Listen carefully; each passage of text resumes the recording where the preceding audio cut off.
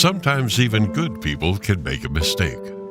And when it happens, it's one of the most intense and emotional experiences of your life. It could be a DUI, or maybe you were in the wrong place with the wrong people at the wrong time. Or perhaps you just did something stupid at the spur of the moment without even thinking, and now you're in trouble with the law. Well, you need experienced legal help right away so you don't become a victim of the criminal justice system. Even good people can make a mistake, and if you, a friend, or a loved one has been accused of a crime, don't make another mistake by hiring the wrong attorney for the kind of help you need. You need to visit toddjohnslaw.com. That's toddjohnslaw.com, and then call Attorney Todd Johns today. Attorney Todd Johns has decades of experience helping good people like you who have made mistakes or bad decisions and will stand by you every step of the way. toddjohnslaw.com.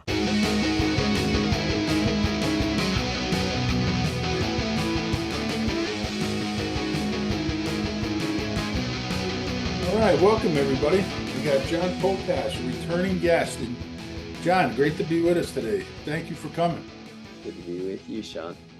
Listen, today we're going to talk about, the CIA and kind of, wealthy WASP elitist types and their war on the Catholic Church. And then I want to get into this fellow Maskell, Father Maskell, and really the connects to so many powerful people that were backing him, politicians and law enforcement and even military and intelligence. So, but let's start with that. Sure. And I would define it as, well, just for people who don't understand it, WASP means white Anglo-Saxon Protestant. Right. And when I refer to that, I don't mean just all white Anglo-Saxon Protestant. I just mean the wealthiest. Right. The elitist, right. Oligarchs. Yeah, who've run these, who started the CIA and run these programs. Right, definitely. And personally, and I actually, I think it's partly a war on the Catholic Church, but I think it's more so a war really on Catholics in general. I'm sorry to say, just because of the Church, helped this happen. This stuff that happened in the Catholic Church.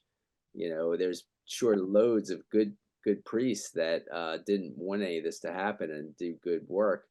But there's, the hierarchy, the leadership obviously allowed so much of this to happen, and they worked on behalf, I think, of the wealthiest white Anglo-Saxon Protestants who were in charge, who really, made this happen, I believe.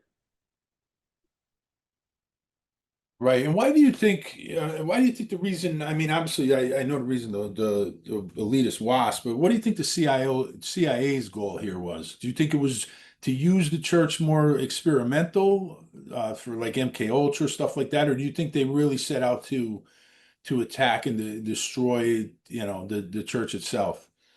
Yeah, so what my understanding of it comes partly from one of the best I think writers about the CIA, Victor Marchetti, the CIA, who wrote the book CIA and the Cult of Intelligence. Right, great book. And so he was probably at that time in the early 70s or so when he first was writing that book, he was the only Catholic allowed to get as high as he got in the CIA, because he said really it was exclusively white Anglo-Saxon Protestants at the top of the CIA. And Francis Stoner Saunders also backed that and just spelled out the families that the CIA leadership came from. And it was all the wealthiest oligarch families, the Rockefellers, the Carnegies, the Harrimans, the Bushes, all those different wealthiest families. And so I think they started the CIA in 1947 with the National Security Act of 1947. And they made the director of the CIA the director, basically the head of all the other intelligence, agencies, some 14 plus intelligence agencies, Army intelligence, naval intelligence, FBI, NSA, etc. And so it's changed a little bit since then with the National Security Council and all, but nonetheless, it's basically that's the hierarchy. And so these groups that started, these wealthiest families that started, had also started the eugenics movement in the early 1900s. And the eugenics movement was arguably the most genocidal, racist, prejudice Yeah, movement in the United States, if not the world, sure. just because they got laws passed from 27 to 31 different states, legalizing sterilization of people who are supposedly, genetically inferior. And they based this on these ridiculous IQ tests that they made up, that were where all the questions were came from, activities of just the wealthiest white Anglo-Saxon Protestants, Right, about asking questions about tennis courts and bowling alleys when immigrants had no idea what those things were. right. Played them, never did any of that, and so it was just a really biased test on intelligence.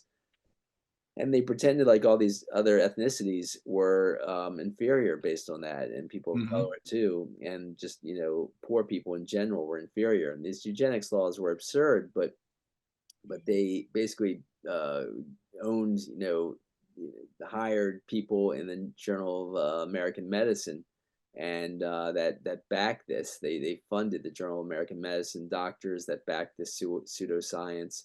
They funded loads of politicians that helped get these laws passed. They were, as I say, incredibly racist and incredibly prejudiced. And so they were more racist than anything else. But they said 90% of people of color were inferior, particularly black people. They had about 60% of Jews being inferior, and they end up having about saying about 30 or 40% of Catholics are inferior.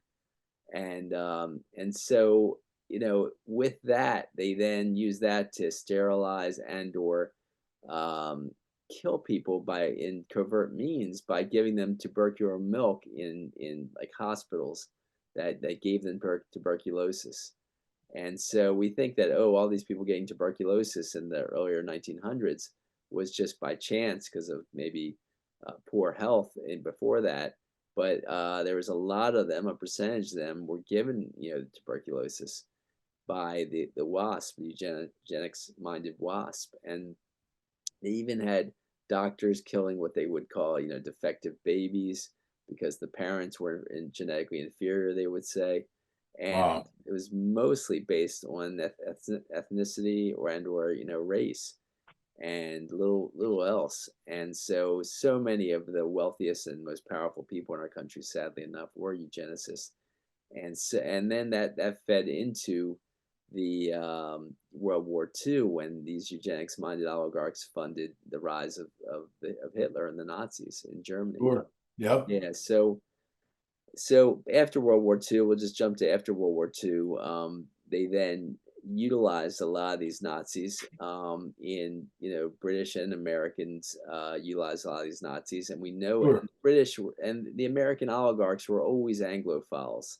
Hmm. Um, and I partly know this from my brother marrying into a blue blood family. He married a woman who had kind of like semi defected from her family in terms of their general wealthy racism, and went to the Peace Corps. And he met her in the Peace Corps, and she was just a much more liberal minded woman, and not racist and all. And so they got married. She didn't have any problem with him being Jewish, but her family was still blue bloods. And they asked them to join the social register, the blue book they call it, and they refused to join that. But so I heard though about her stepfather's father didn't like Reagan because he was 1/4 Jewish, saying he's not a gentleman.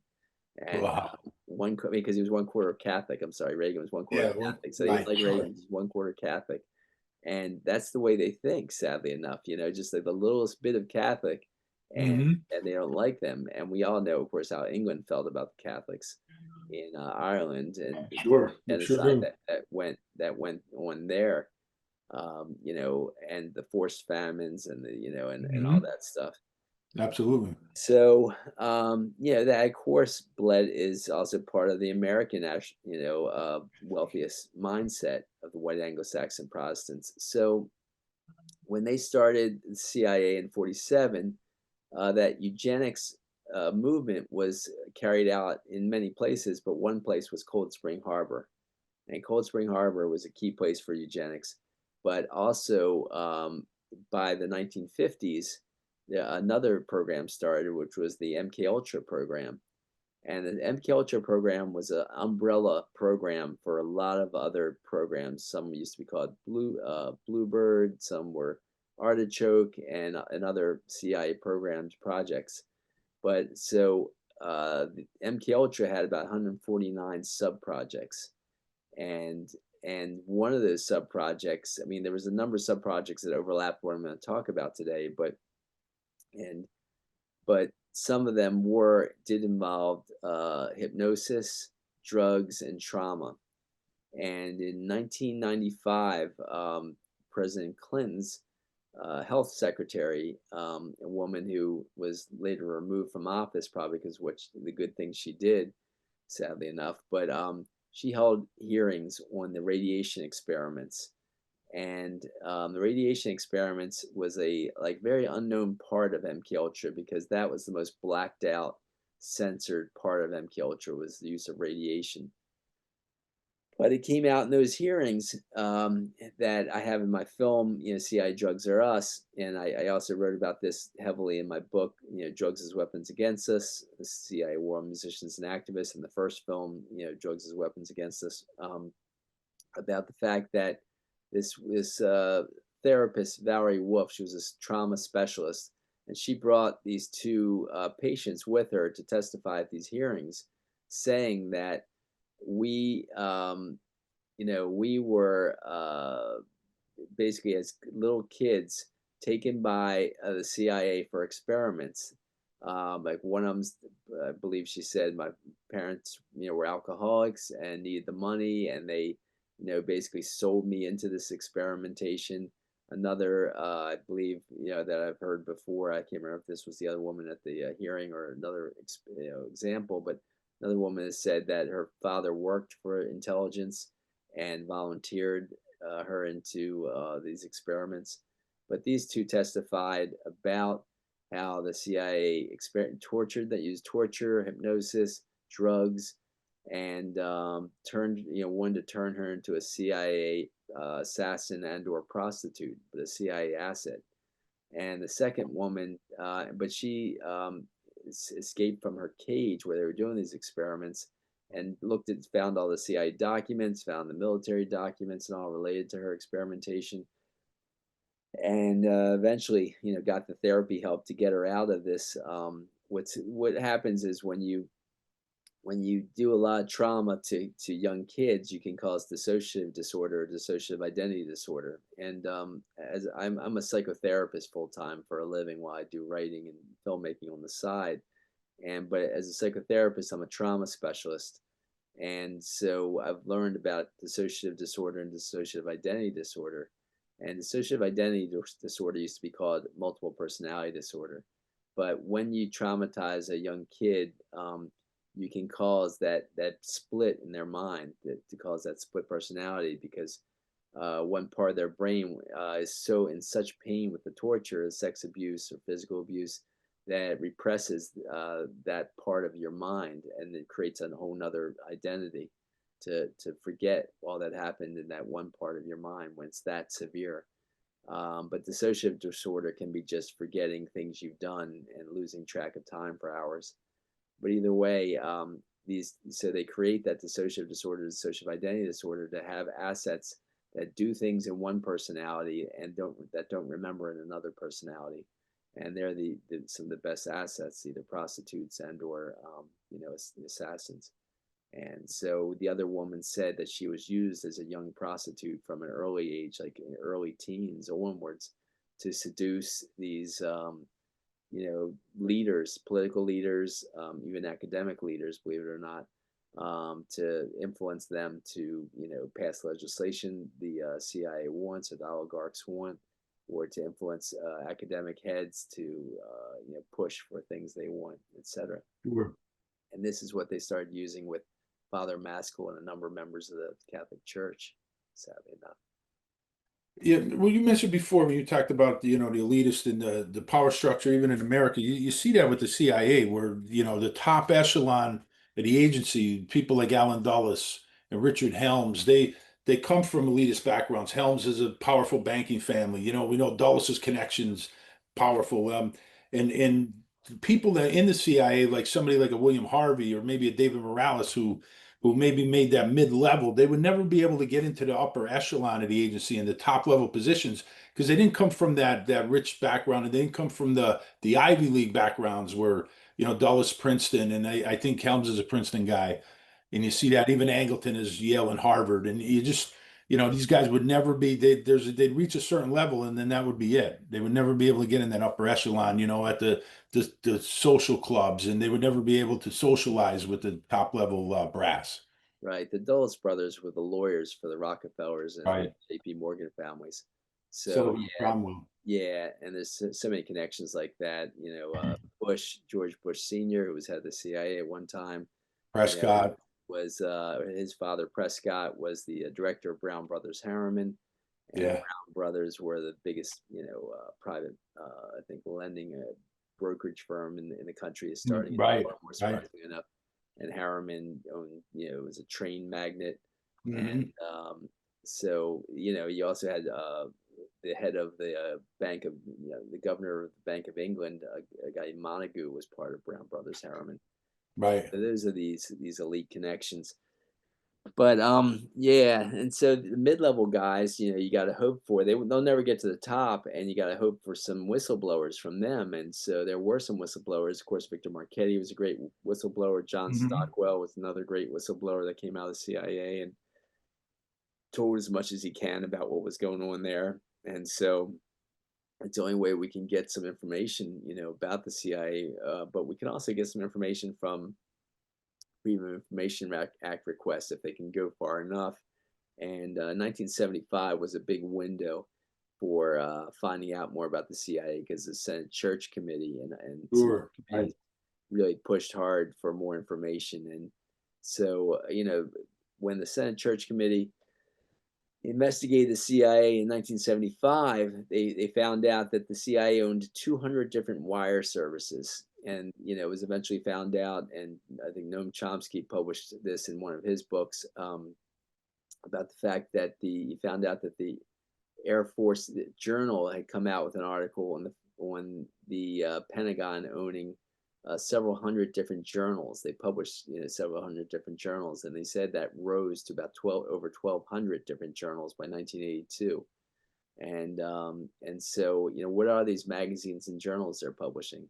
And there's a good chance that they just, you know, crowd the you know, Barnes and Noble magazine racks, and that's how they control information. And it's also, you know, incredibly how these, I think it was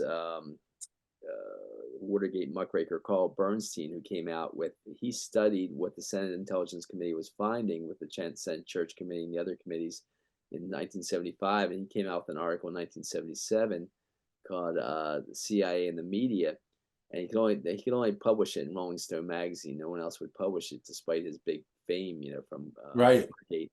And so, in that magazine article, he showed that the heads of all the major newspapers, like the key major newspapers, will say, were you know, were also doing work for the CIA at the same time.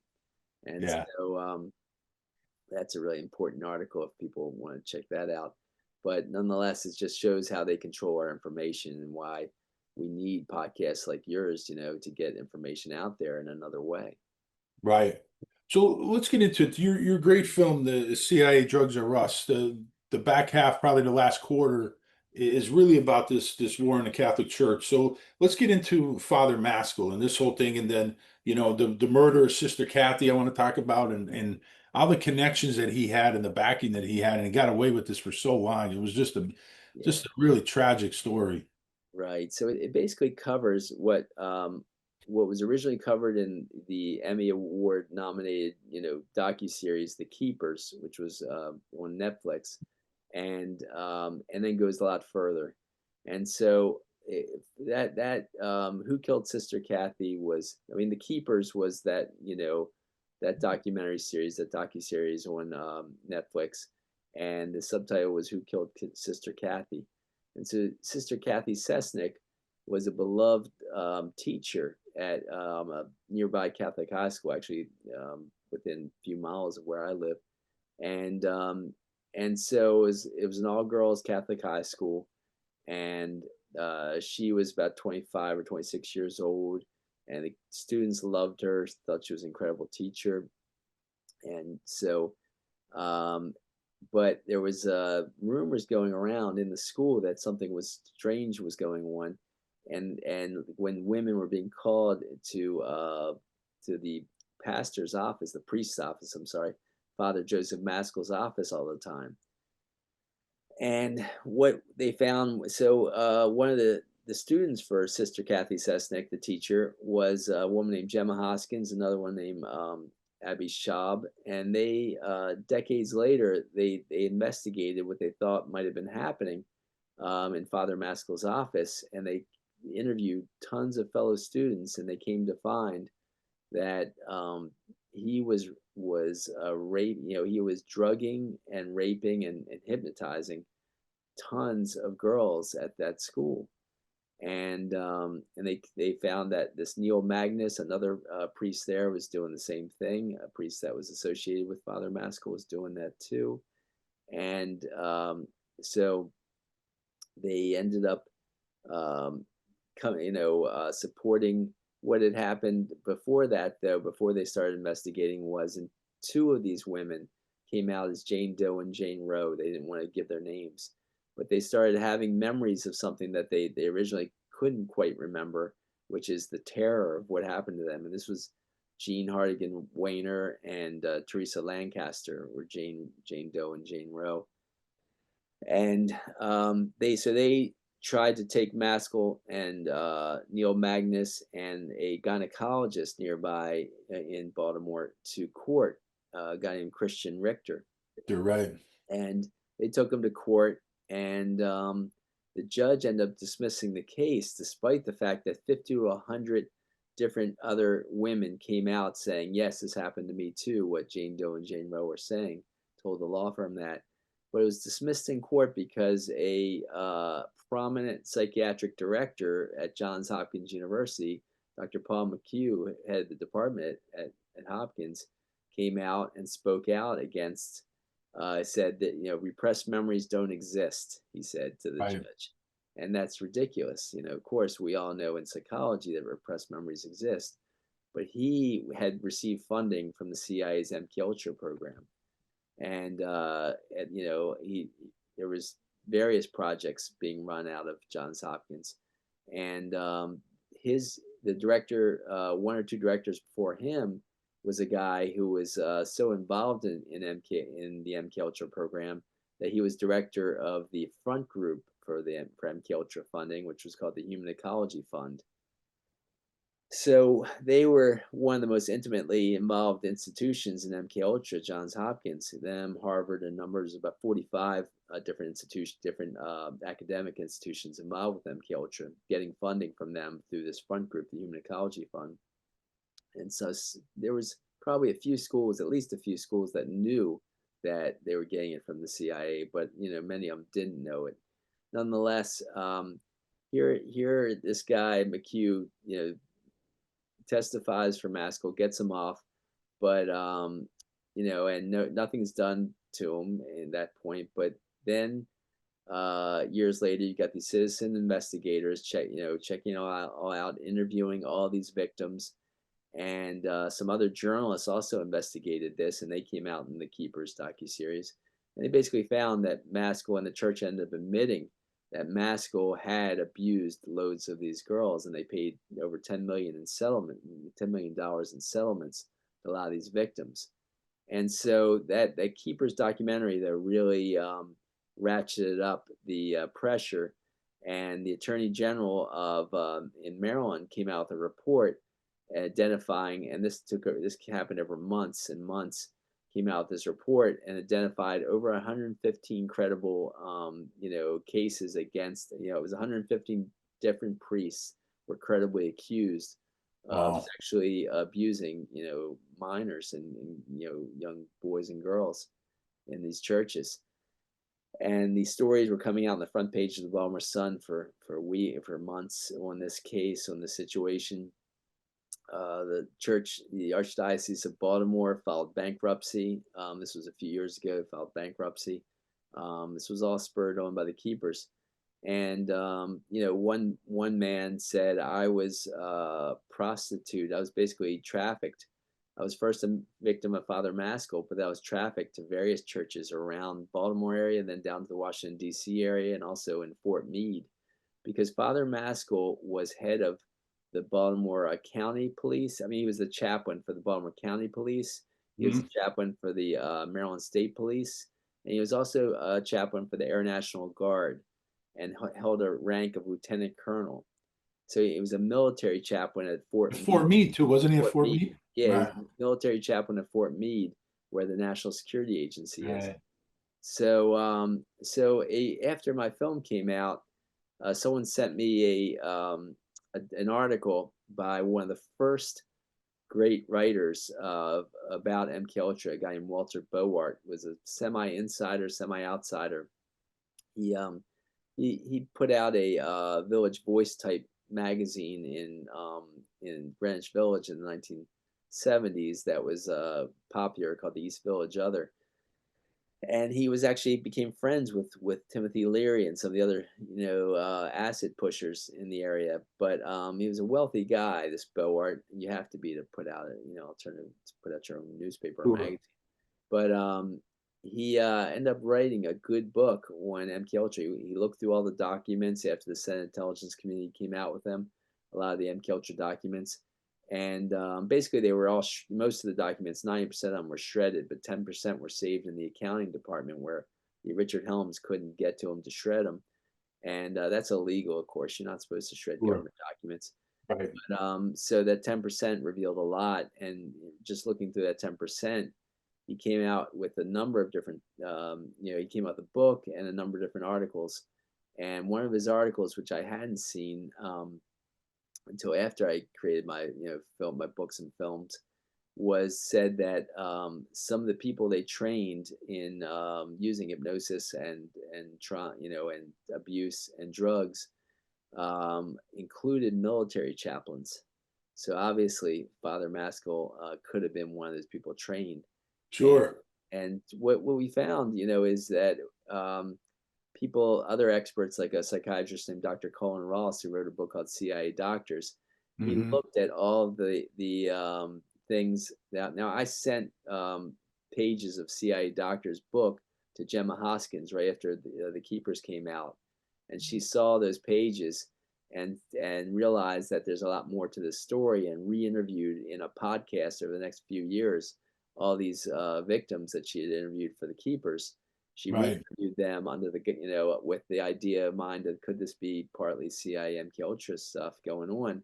And Gina Hartigan Weiner said, yes, I think I was programmed. I think and I would come out of fugue states thinking I just murdered someone, that had blood on my hands and things like that. And that's what different victims were saying. Things like, I didn't know, I was scared I would murder someone because a woman. So Gemma gave Donna Vandenbosch's number to me, and said I can. She talked to me directly, and so I interviewed her for an hour, and I show her in my film "CI Drugs Are Us." But Donna said that her and another person she met through the Keepers had the same experience, where she had never touched a gun in her life, and she's at a party after being abused and by Maskell for a year or two at least. She's at a party with other high school teens, and they nailed bottle caps to a tree and took a gun and were just trying to hit the bottle caps. So they gave her the gun. She said she never touched a gun in her life, and all of a sudden she shoots and hit the bottle cap 3 times, bullseye. Wow. Distance. She's all of a sudden a marksman, even though she never touched a gun before, she thought. But obviously, in another, my personality, being probably split personality at that point, they trained her to be a marksman. Wow. And someone had, and so she was scared to death that she, had killed someone or would kill someone, and didn't know what to make of it all. But I ended up getting a lot of counseling help to get out of that, a lot of that trouble. But nonetheless, it's just this is some of the stuff that that Gemma Hoskins found in a number of victims, that they said they had used drugs, they used the rape. They had policemen come in and rape the girls too. They had politicians come in and have sex with the girls. And Wow. they had someone taking pictures of all this so they could use them for blackmail, obviously, if they're taking pictures of it all. Wow. So they were blackmailing, surely they were blackmailing these politicians. Yeah. Brought in, they were probably blackmailing police that came in and did this because, then you got police that will do whatever you want. And Donna Vandenbosch, she says in my film that at one point Father Maskell said to her, don't you know that the CIA is watching you? He screamed at her to try to get her to abide by him, and she's like, what? Why in the world would the CIA watch me? I'm a 16-year-old girl, and he says, I'm trying to protect you. So he even admits at one point that he's got connections to the CIA, or he knows what the CIA is doing. Wow. And so this is just some of the evidence, but he had trained at Johns Hopkins, Father Maskell, and I believe that was just further MKUltra training, because Dr. Cullen Ross said that all the things that were described of the techniques he used were all the standard protocol for MKUltra according to the CIA documents, that he went through, and I show in my film a bit of those standard protocol ways they accomplished the programming with hypnosis, drugs, and trauma in MKUltra. Yeah. So now these kids grow up and they start to investigate the murder of Sister Cathy, and it leads back to Father Maskell. You want to talk about that? Yeah. So Jean Hartigan Weiner said that in order to keep her in line, at one point, Father Maskell actually took her to show her the body of Sister Cathy. Wow. And when she gave those details years later, they matched the details that the police had that they never released about where they found Sister Cathy and all that. And so yeah, there's good evidence that Maskell was in on it. It's not sure that he actually did anything himself to murder Sister Cathy, but he obviously was involved and was in on it to know where she's buried. Sure. Anyone else found her or knew. And so yeah, that was really ugly and really sad. And Sister Cathy was trying, left the school, left Archbishop Keogh where this was happening. This thing was called Seton Keogh back then. Her name changed to Archbishop Keogh, but she left the school, left the church and became a public school teacher, and they were scared she was going to tell on Maskell, because so many kids loved Sister Cathy. They were telling her about their abuse, and Right. and so I believe they murdered her to hide that. Yeah. We will be right back. Hey, Sean, I want to make sure that everybody knows about our Patreon. I know we mention it every once in a while on the show, but really important that people check out our Patreon. If you go to Patreon and search for That's Enough Out of You, or just click on the link in the description, you'll find we do an extra episode every week called The Speakeasy, and it's really usually just Sean and I kind of talking about the day's events, current events, and things like that. But a lot of exciting things. I mean, I know, Sean, you're constantly putting articles up there on our Patreon. Yeah, and sometimes, Bill, we do bring on special guests. We had Dave Whelan on, we had Scranton Dave, and every now and then we bring Patreon members on. We've had different members, Scott Alfieri, Michael Pilch, Dan Hankey was on. So, there's an opportunity there if you want to come on the show with us. So there's a lot of things we're doing. Like you mentioned, Bill, the articles. I put articles up on a free site, but I also put articles on Patreon that's not available on the free site. We have a lot of times I put up future intel about guests that we have coming up and stuff that we have coming up on the podcast. And we created a great community there, Bill. There's a lot of chat goes on there. There's a community chat and a lot of the comments back and forth. Just the Patreon members always have great insight. So it's a community, Bill, and it's an opportunity for people to join for a really good price, Bill. Yeah, I mean, you can't beat it. You can certainly become a free member if you want to. There's also tiered levels with subscription amounts, and just for $1, that gets you everything. I mean, the $1 gets you everything, including our weekly show.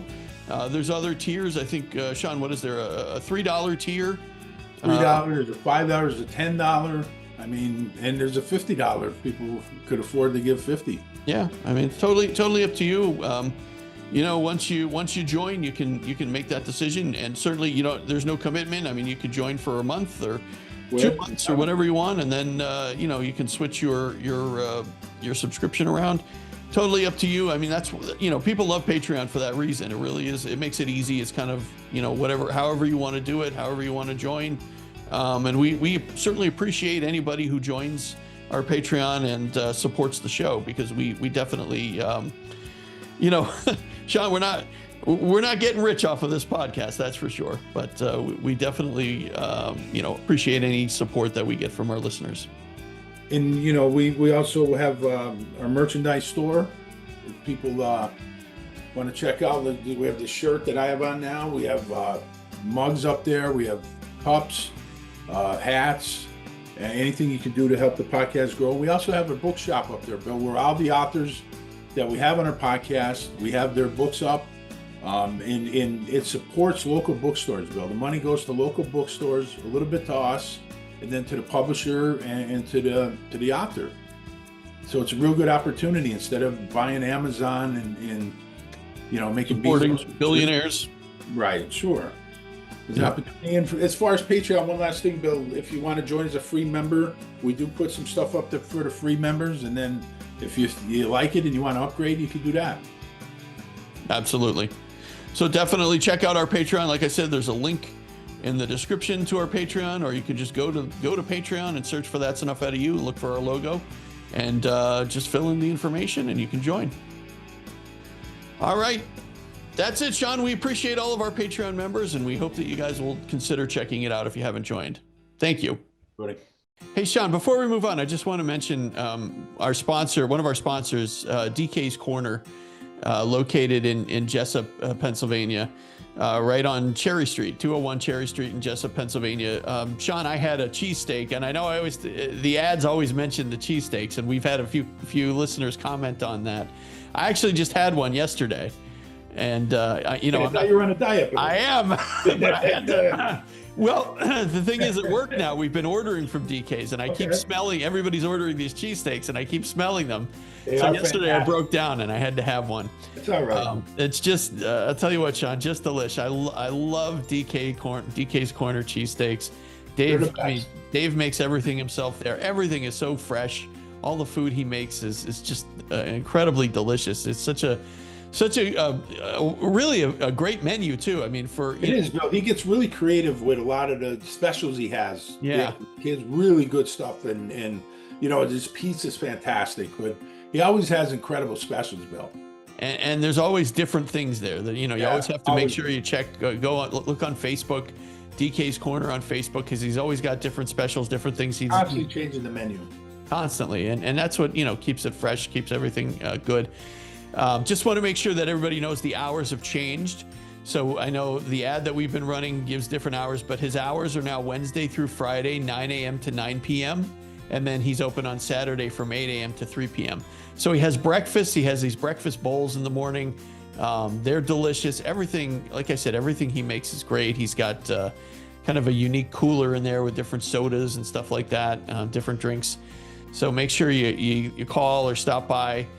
In Jessup. Again, it's 201 Cherry Street in Jessup, Pennsylvania. If you're local here in Northeast Pennsylvania, make sure that you stop by and check out DK's Corner. Again, just delicious food, Sean. I know you order from there a lot too. I order constantly from there, Bill, and so many times that I sent people there. My brother went there, loved it. I had other people. Nathan loves it there.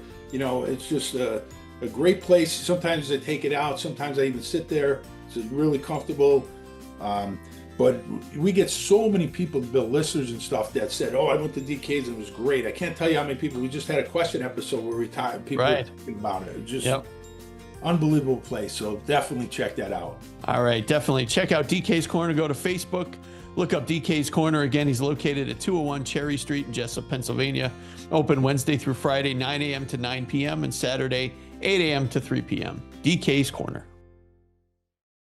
Now, there's another suspicious that Joyce Malecki, is that how you pronounce that? That was found dead at the Fort Meade base, the military base. You want to talk about that one?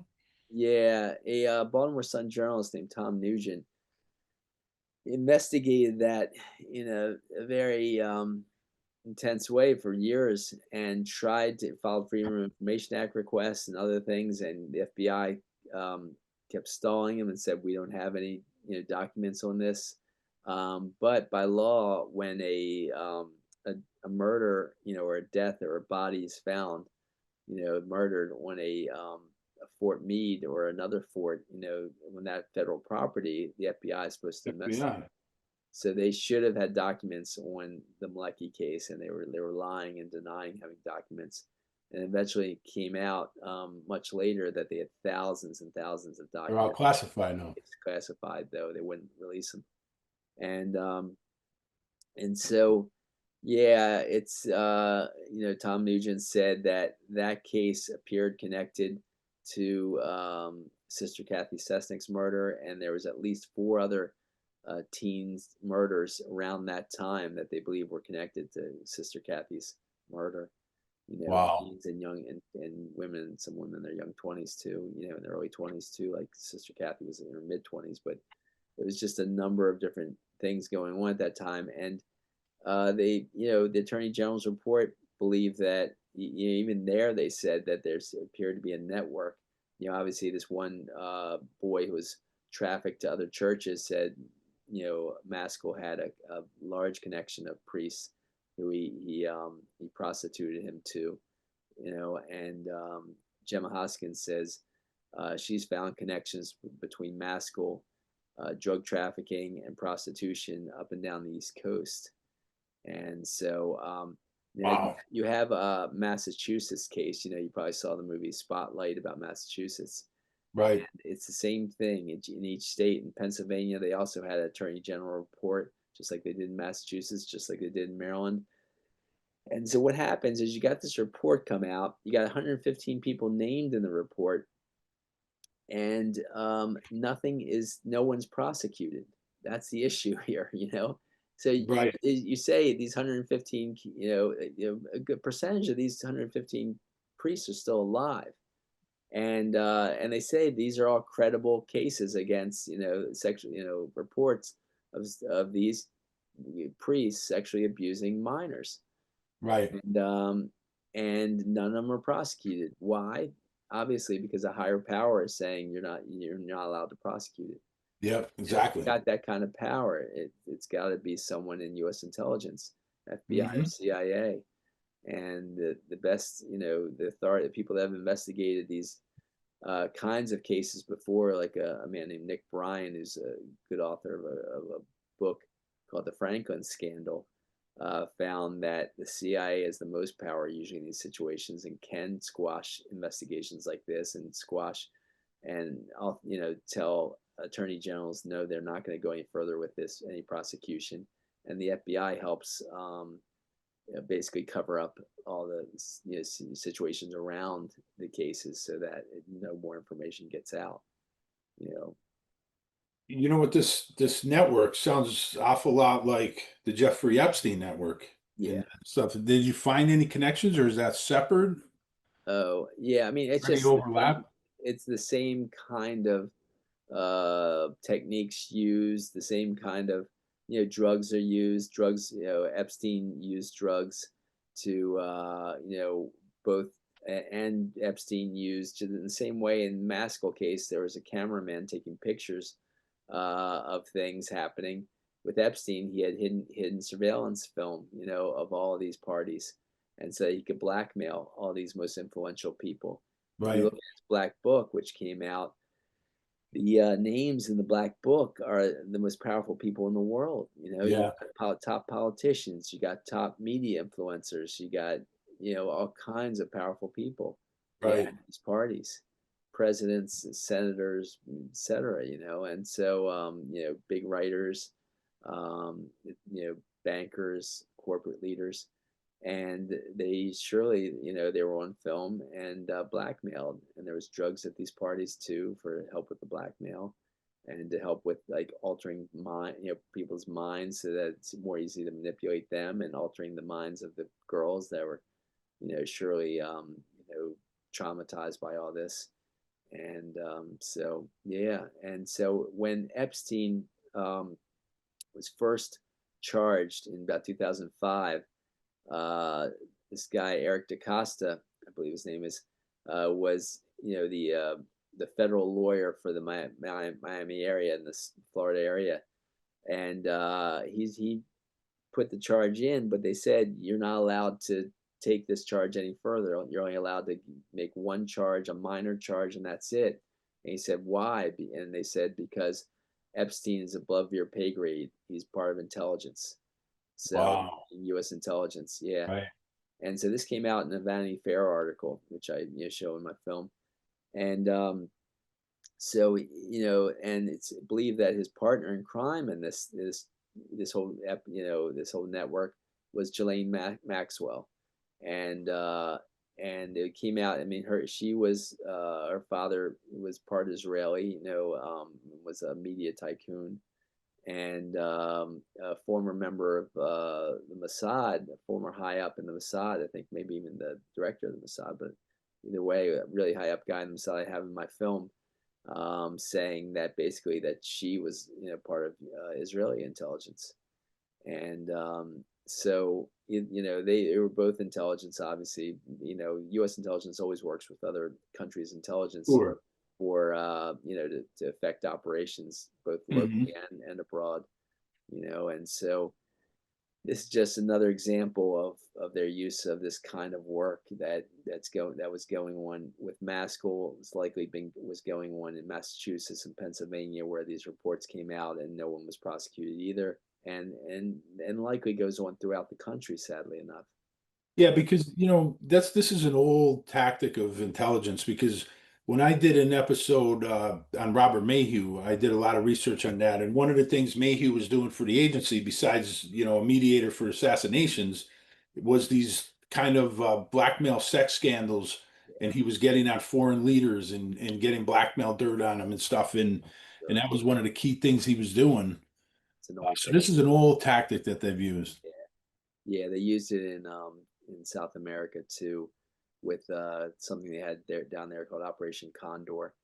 Right. Used it in Chile. They used it in Brazil. They use it, but yeah, and so it's obvious that that's how that's one of their methods for controlling things in our country, sadly enough, and controlling things in other countries. Do you think we're going to find anything? Do you think the Epstein files will ever be released, or do you think, because now Trump's talking about a pardon for Maxwell? I mean, it seems like this whole thing is just going to be washed under the rug. Yeah, yeah. My guess is it is going to be washed under the rug. It's sad, but yeah, it's too bad. I mean, I'm glad that that Trump did, order the JFK files and MLK files, yeah, and RFK files released, and I'm still meaning to. I know that Jefferson Morley gave a press conference recently, and somebody connected with Jefferson Morley sent me a video of that conference and some documents to possibly write an article for Covert Action Quarterly, who I write for every now and then.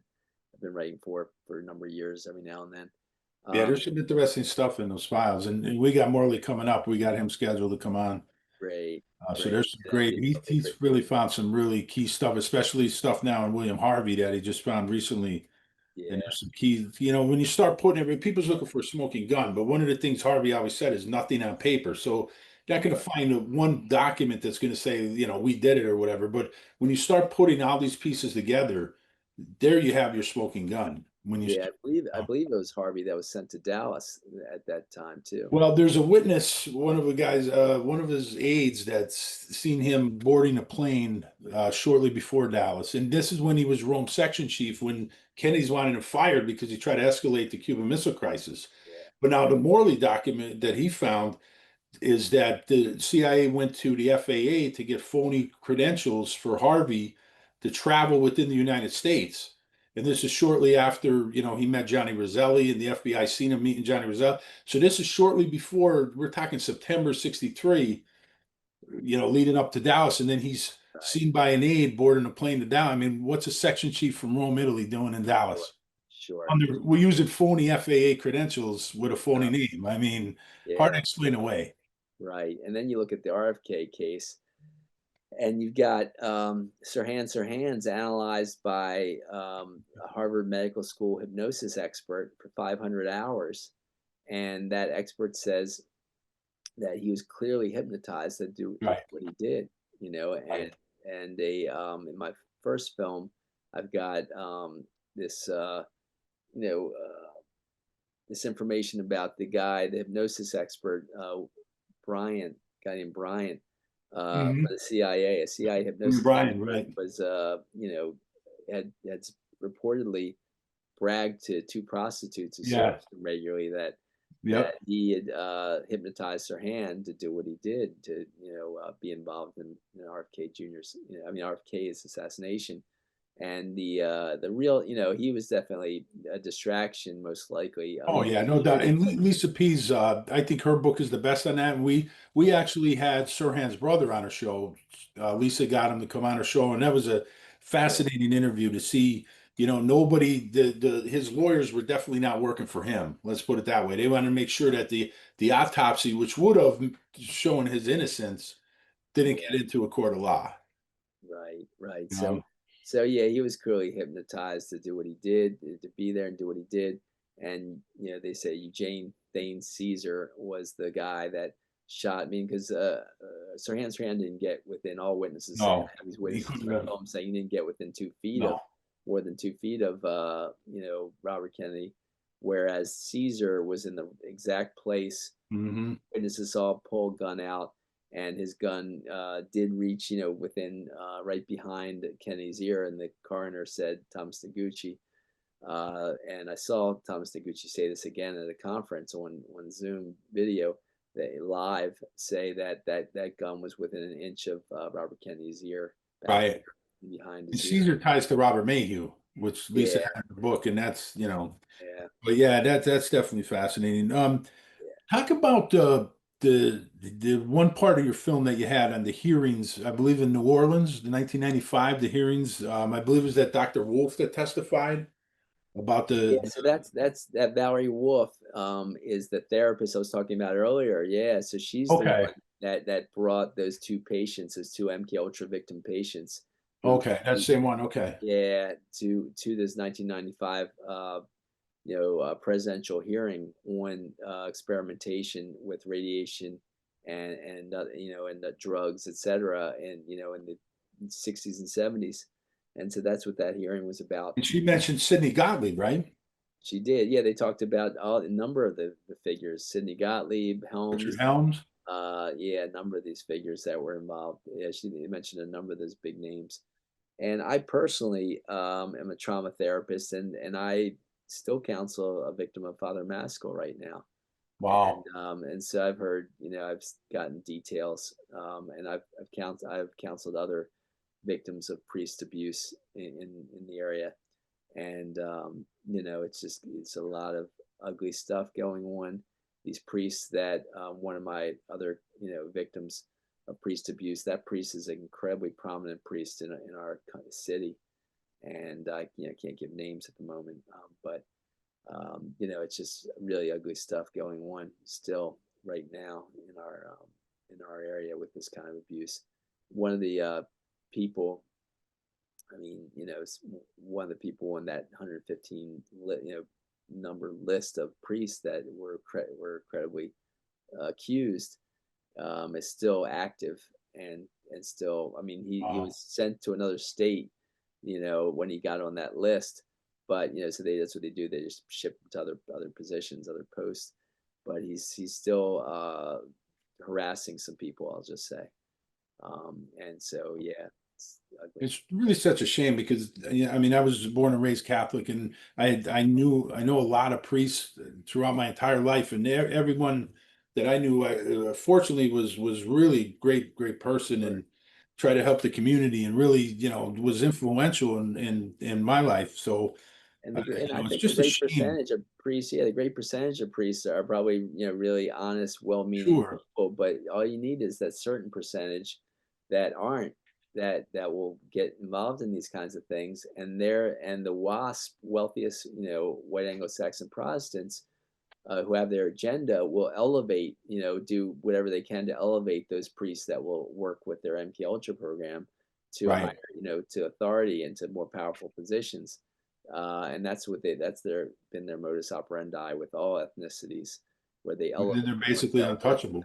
Yeah, to make them more untouchable and make them untouchable. Yeah. Yeah. Well, it's a real shame though, and just so do you think this is still going on as heavy as it was, or do you think? Well, I definitely think it's still going on because of, the evidence I have of that. Because I mean, some of my victims were abused in the 2000s and 2010s, so yeah, I definitely think it's still going on. It's just a matter of I don't know how extensive it is because I just have a small window on it still. You mentioned how the CIA works, with other agencies, the foreign intelligence and stuff, especially Israeli Mossad and the British SIS and British intelligence.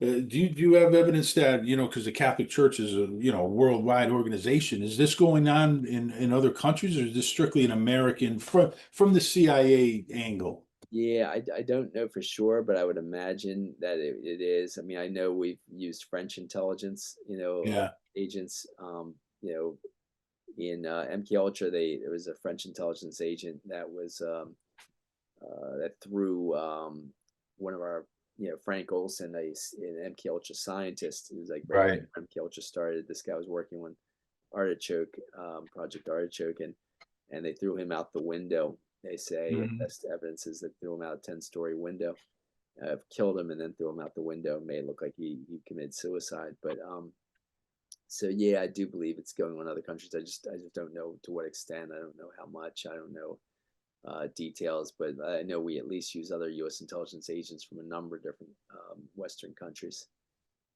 Yeah. Yeah, so this has been really great, John. I mean, this is important information. Is there anything else that we haven't discussed? I think we hit on everything, but did we leave anything out that you want to? Yeah, I guess that's all the main stuff. So yeah, I appreciate that. I have all this information I've been talking about.